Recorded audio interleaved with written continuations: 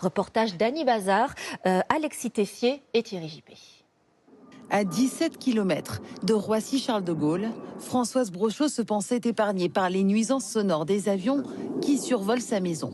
Pourtant, j'ouvre ma fenêtre le matin quand je me lève, j'ai des avions. Je me couche le soir, je ferme mes volets, j'ai des avions. une situation qu'elle a de plus en plus de mal à supporter. Même à l'intérieur de la maison, on s'aperçoit que les fréquences des avions traversent ces doubles vitrages. Difficulté à trouver le sommeil, obligé de mettre des boules caisses, somnifères, plusieurs réveils dans la nuit et finalement on se lève le matin, on n'est pas reposé. Même chose pour cet autre francilien. Donc voilà, on a la chance d'avoir un jardin sympathique. Seulement voilà, ce coin de verdure, il n'en profite jamais.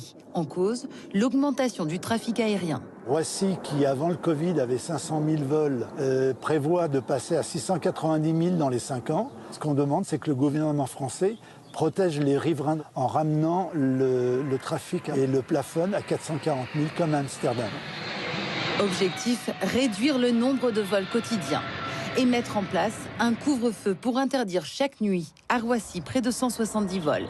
C'est déjà le cas à Orly, Strasbourg ou comme ici à Nantes où plus de 100 000 habitants se plaignaient déjà il y a un an.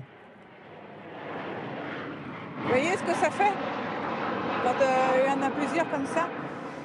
Mais l'enjeu économique est colossal et selon cet avocat, les riverains ont plus de chances d'obtenir des dédommagements qu'une réelle baisse du trafic.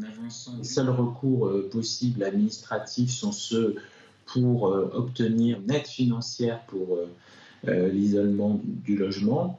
On peut aussi envisager dans certains cas exproprier un certain nombre de personnes qui seront indemnisées au prix du marché. Seuls les logements les plus proches des pistes sont concernés par ces mesures. En fin de semaine, les riverains de l'aéroport de Toulouse-Blagnac iront à leur tour manifester.